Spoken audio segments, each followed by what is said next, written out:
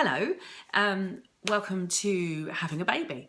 I'm guessing if you're watching this, you're having a baby yourself, maybe your partner's having a baby, or you want to know more about having a baby, being pregnant, being in labour, and generally more information about that topic. Well, welcome. I'm Piroska Cavell. I'm a midwife living and working here in the UK.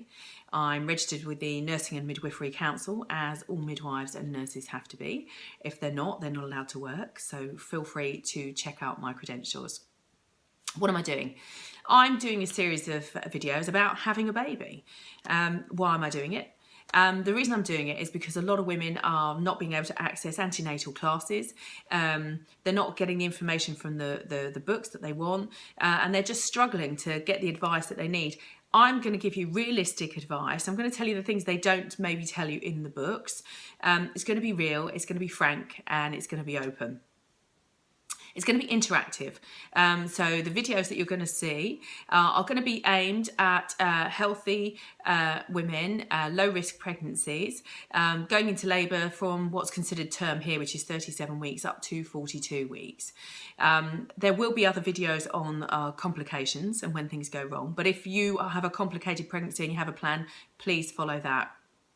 Use the videos though during your pregnancy for reference by all means. But I want you to ask me questions. So give me feedback at the end of the videos. And it doesn't matter if the video you've seen has triggered a question unrelated to that specific video. Feel free, give me some feedback, ask me some questions, and hopefully we'll grow from there.